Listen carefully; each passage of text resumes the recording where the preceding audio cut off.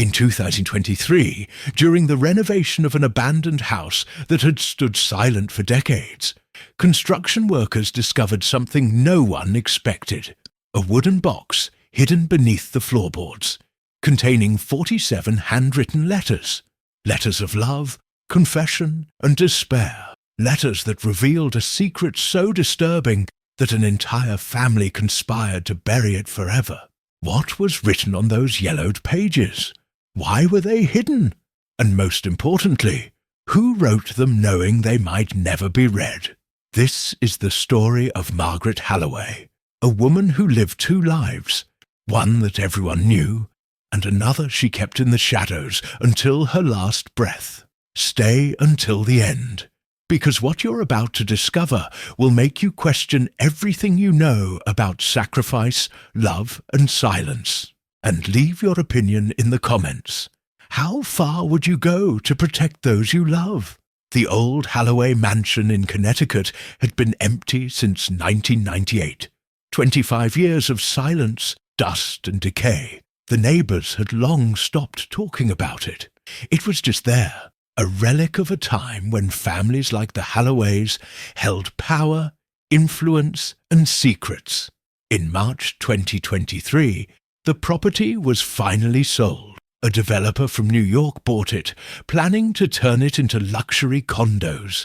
The construction crew arrived on a cold Tuesday morning, ready to tear down walls and strip away decades of neglect.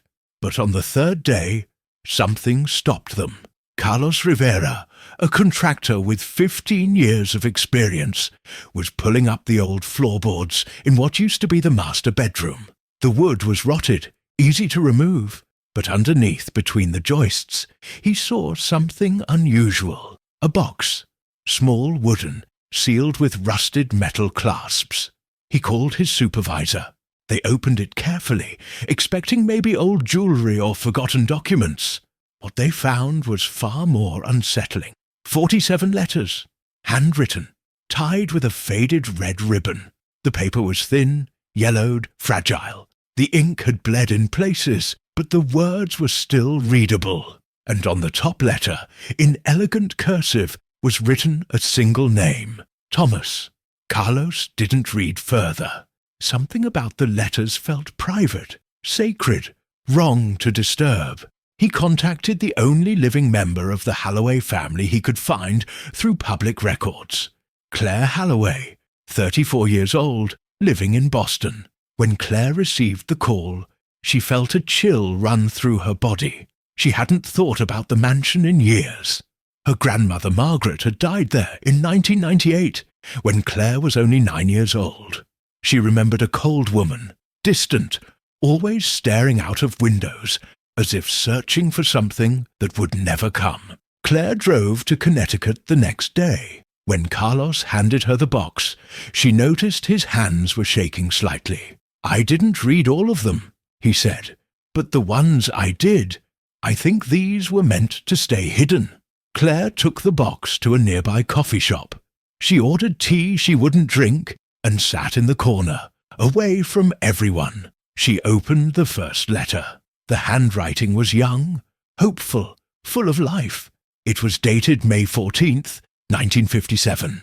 "My dearest Thomas, every moment away from you feels like holding my breath underwater. I count the hours until Thursday, when I can see you again at the cabin. No one knows, no one can know. But God, how I wish I could tell the world that you exist, that you're mine, that this love is real." Claire's hands trembled. Her grandmother? In love? The Margaret she knew had been a statue of a woman, polite, proper, emotionally unreachable. This letter was written by someone completely different. She kept reading. Letter after letter, the story unfolded. Margaret, young and vibrant in her early 20s, had fallen in love with Thomas Whitmore, a doctor who worked at the local clinic. He was married. She knew it was wrong. But the heart, as Margaret wrote, doesn't negotiate with morality. By the 10th letter, dated September 1957, Margaret revealed something that made Claire's blood run cold. Thomas, I'm pregnant. I'm terrified and exhilarated and so scared. We need to leave. We need to disappear before anyone finds out. Meet me at the cabin this Friday. We'll plan everything.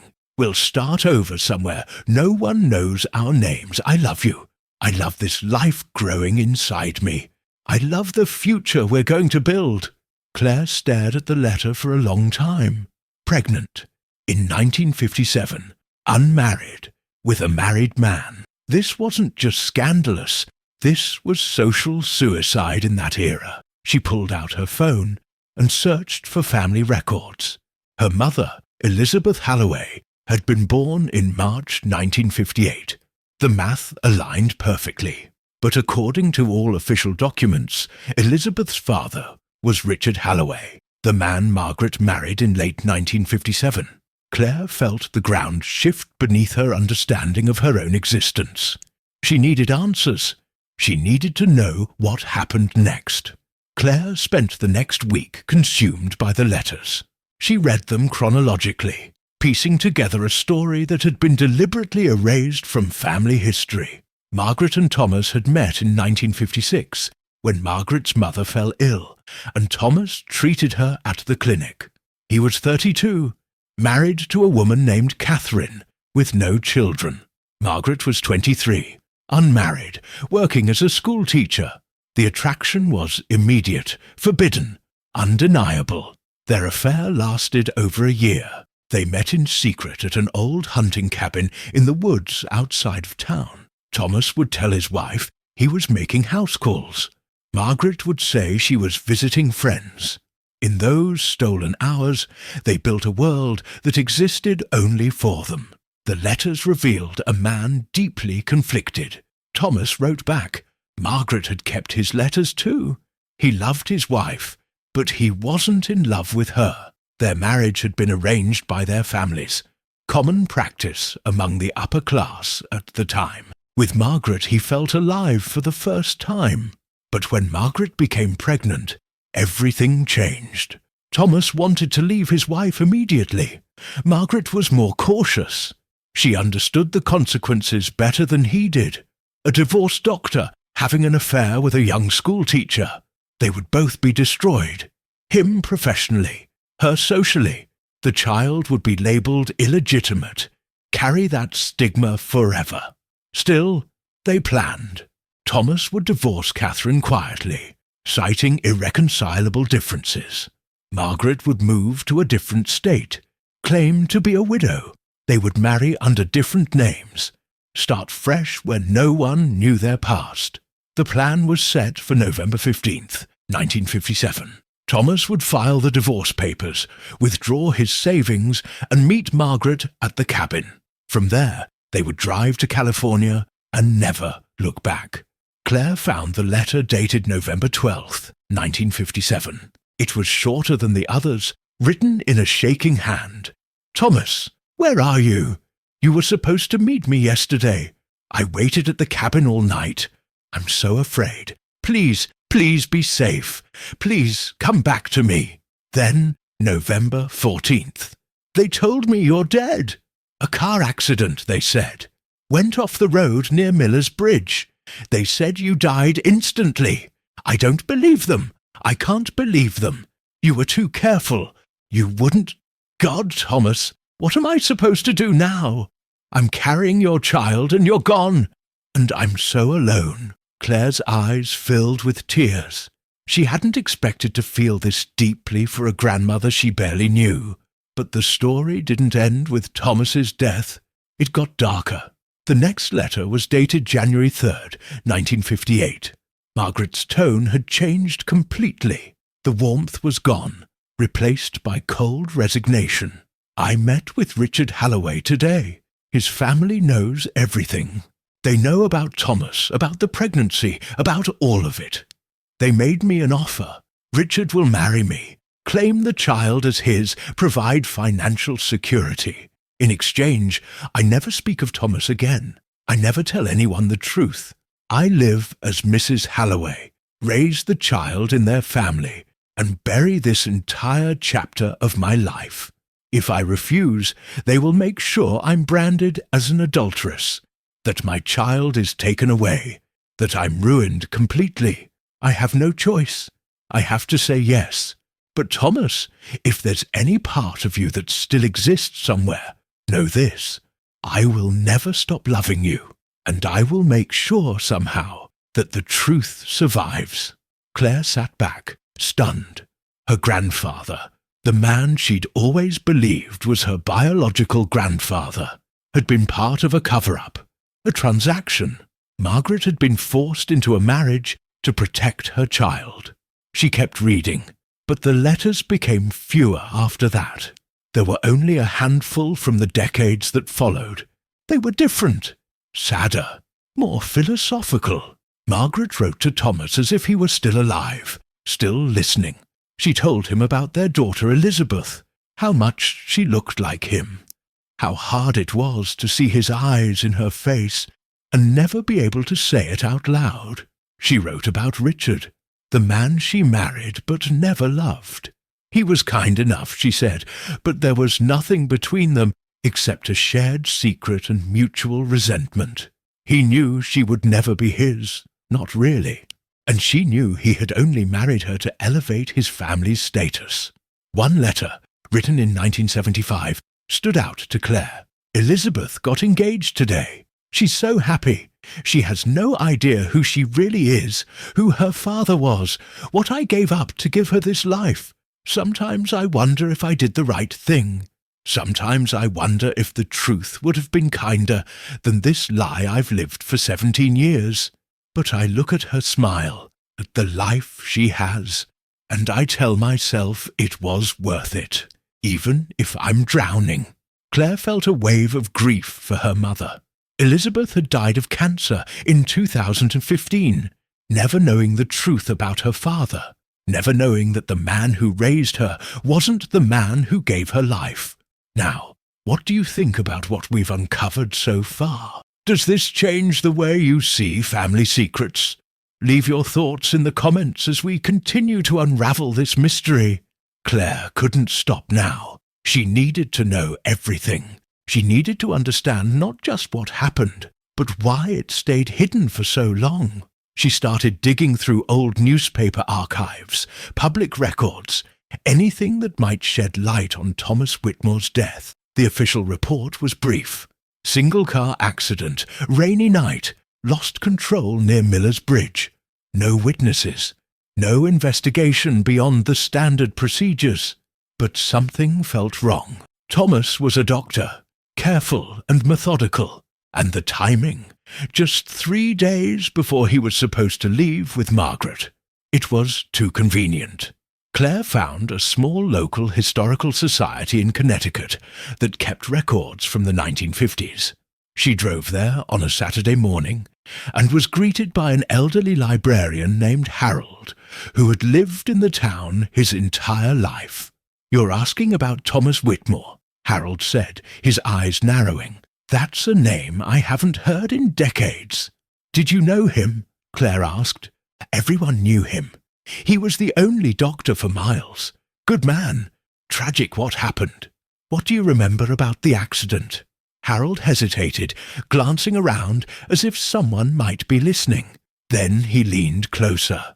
"There were rumours," he said quietly. "Nothing ever proven, you understand. But people talked. Some folks said it wasn't an accident. Said there were powerful families in town who didn't like the idea of divorce, scandal, that sort of thing. Thomas had been asking questions about leaving, selling his practice. Then suddenly, he's dead. Are you saying someone killed him?" "I'm saying," Harold replied carefully, "that in those days families like the Halloways had ways of making problems disappear, and a married doctor running off with a pregnant young woman. That was a problem." Claire felt sick.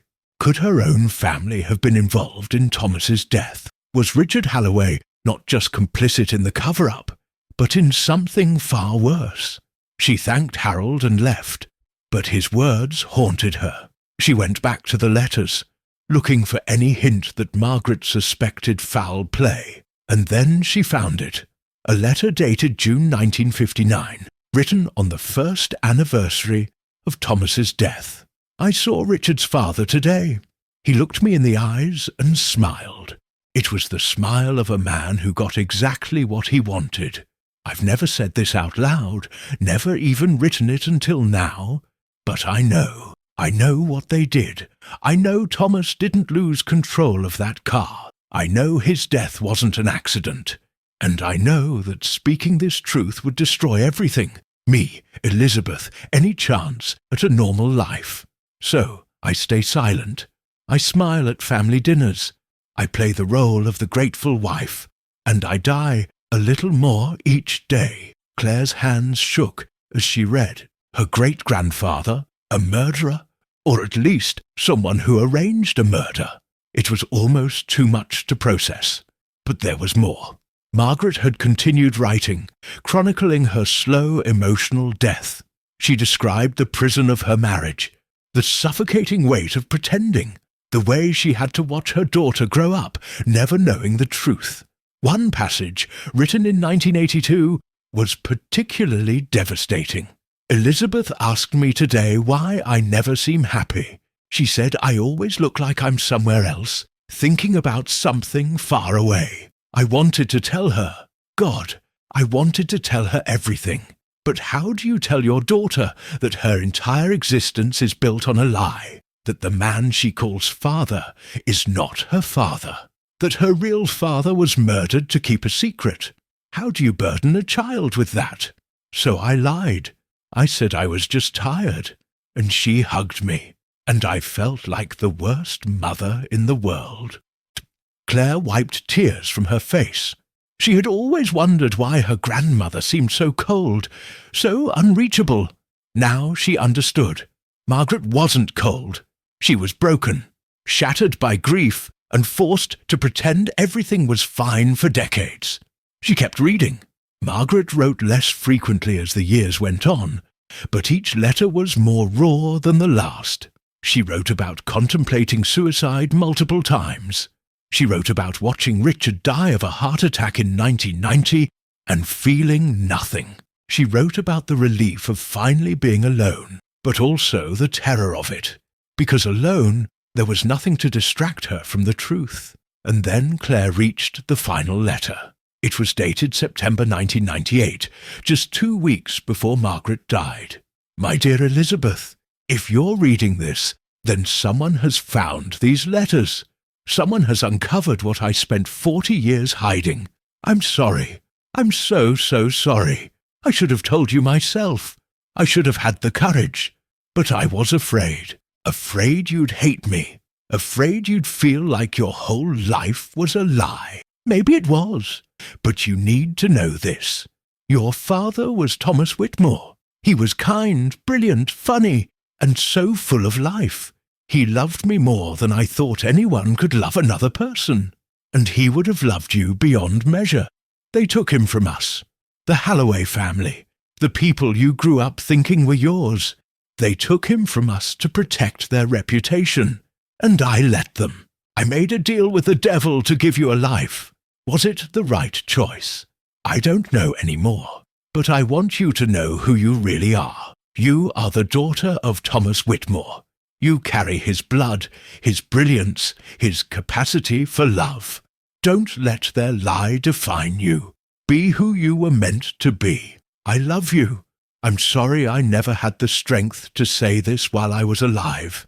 Forgive me. Claire sobbed.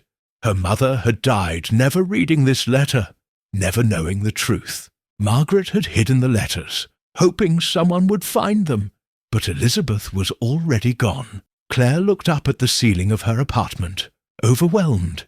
What was she supposed to do with this information? The Halloway family had built their legacy on murder and lies. Her own existence was the result of a forced marriage and buried truth. Thank you so much for staying with us through this intense journey. I know this story is heavy, but I promise you, the best is yet to come. We're about to reach the moment where Claire makes a decision that will change everything.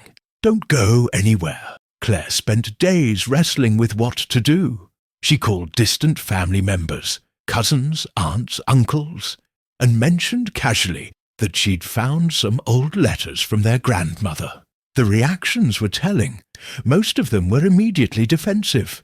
What kind of letters, they asked, voices tight with suspicion.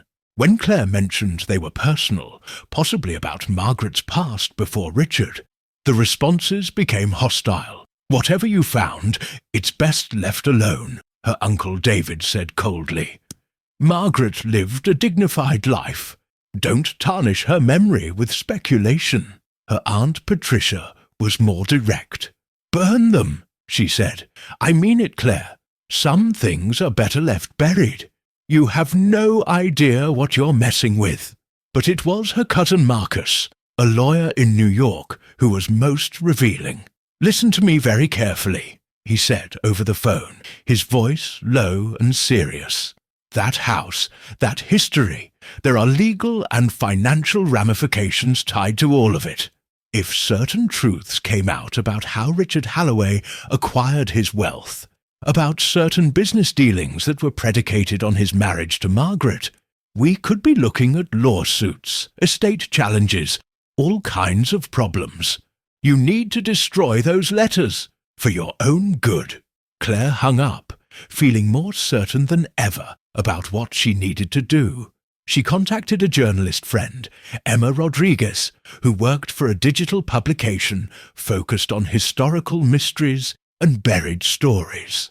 Emma had built her career on uncovering truths that powerful families wanted to stay hidden. They met at a cafe in Boston. Claire brought the letters, and Emma read them in silence for over an hour, occasionally wiping her eyes. "This is incredible," Emma finally said, "and heartbreaking.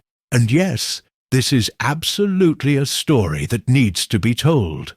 But Claire, you understand what will happen if we publish this? Your family will turn on you completely. There could be legal battles. You'll be branded as a traitor." "I know," Claire said quietly, "but I keep thinking about my grandmother, living her entire life in silence, unable to tell her own story, and my mother dying without ever knowing who she really was. If I don't do this, I'm just continuing the lie. I'm part of the cover-up." Emma nodded. "Then let's do it right. We'll publish the letters, but we'll also investigate Thomas's death, interview people who were there, get the full story. This isn't just about exposing secrets. It's about giving Margaret a voice she never had." Over the next 3 months, Emma and Claire worked together. They found old police reports, interviewed elderly residents who remembered Thomas, tracked down descendants of people who worked at the clinic. They even located Catherine Whitmore's grandchildren, who confirmed that their grandfather Thomas had been planning to leave their grandmother, something the family had whispered about, but never discussed openly. One of Catherine's grandsons, David Whitmore, was actually relieved. "My grandmother lived a bitter life," he said during the interview. "She always said Thomas never loved her, that their marriage was arranged. When he died, she didn't cry. She just said he was already gone. I think she knew about Margaret, and honestly, I think part of her was relieved it ended the way it did."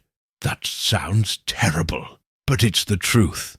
The most chilling discovery came from a deathbed confession. Harold, the librarian Claire had spoken to months earlier, called her unexpectedly. "I'm dying," he said without preamble. "Cancer.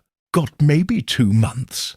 And there's something I need to tell someone before I go. I saw something the night Thomas Whitmore died. I was 17, sneaking out to meet a girl. I saw a car following Thomas's car toward Miller's Bridge. It was a black Cadillac, the kind Richard Halloway's father drove. I saw it force Thomas off the road. I saw it happen, and the next day when they said it was an accident, I was too scared to say anything.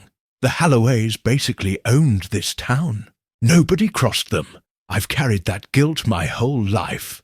But now that I'm dying, I want the truth out there. I want people to know. Emma recorded the conversation with Harold's permission. He died 6 weeks later, but his testimony became a crucial part of the investigation. Finally, in October 2023, the story was published. The letters found in 2023, the mystery a family hid for decades, went viral within hours. Millions of people read Margaret's letters, learned about the forced marriage, the suspected murder, the decades of silence.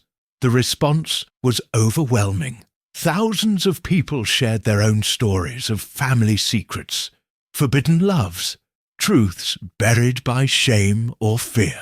Margaret's story became a symbol for everyone who had ever been forced to hide who they really were. But within the Halloway family, the reaction was explosive.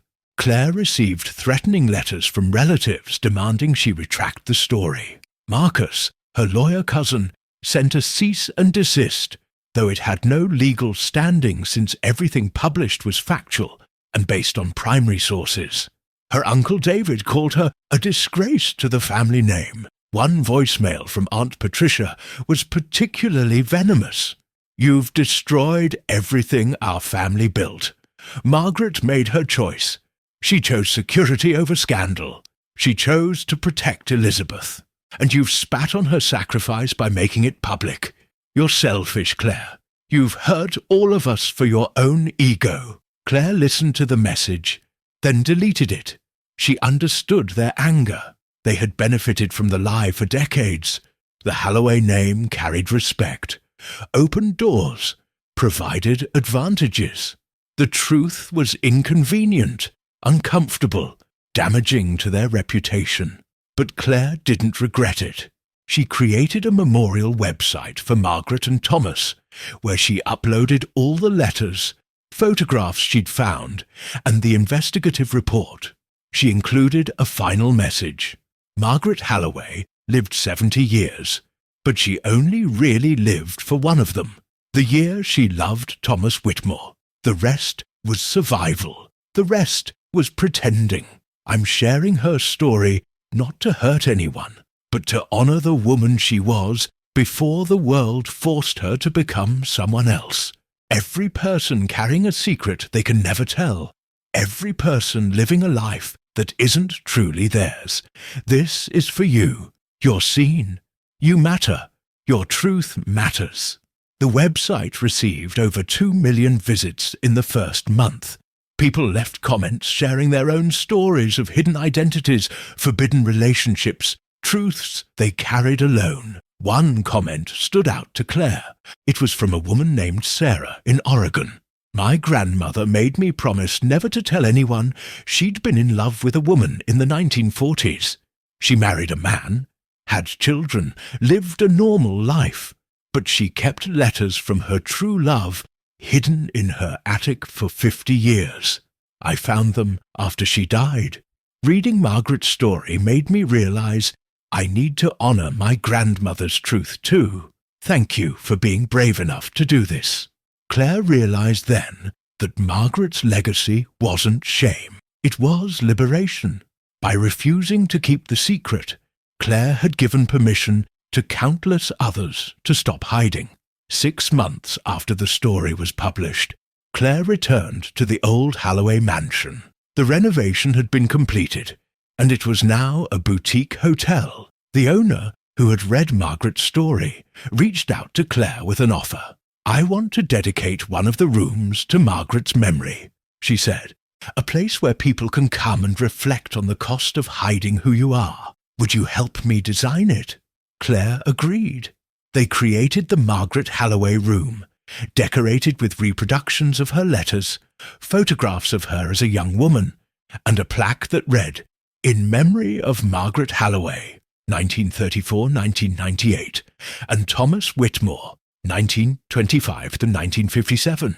Their love was forbidden, their truth was buried, but their story survives. May we all have the courage to live authentically, even when the world demands we pretend." The room became a pilgrimage site for people dealing with their own secrets, their own impossible choices. a guest book filled with entries from visitors who felt seen and understood in ways they never had before. Claire visited on the anniversary of Margaret's death. She sat in the room, surrounded by her grandmother's words, and felt a sense of peace she hadn't expected. She thought about her mother, Elizabeth, who had lived and died never knowing the truth. She thought about Thomas, whose life was stolen before it really began. She thought about Margaret, who survived 40 years of emotional imprisonment. And she thought about the choice she'd made, to speak when everyone wanted silence, to illuminate when others preferred darkness. As Claire walked out of the mansion that evening, she noticed something she hadn't seen before. There was a small garden near the edge of the property, and in it someone had planted red roses, the kind Margaret had mentioned in her letters, the kind that grew wild near the cabin where she and Thomas used to meet. Claire knelt down and touched the petals. They were soft, alive, beautiful, just like the love they represented, a love that had survived everything: scandal, death, decades of burial, and the attempts of powerful people to erase it from history. Margaret's silence had been forced, but her story, finally told, had become a voice for millions. And that, Claire realized, was the truest form of justice. So, what would you do if you discovered that your entire family history was built on a secret? Would you protect the honor of the family, or would you free the truth, no matter the cost? Margaret Halloway lived and died carrying a love she could never shout to the world. Her letters finally found the light, but was freedom too late? Leave your opinion in the comments. And if this story touched you in any way, subscribe to the channel for more real stories that challenge everything we think we know about love, family, and truth. And don't leave yet. We have another incredible story waiting for you in the next recommended video. Click and continue this journey with us.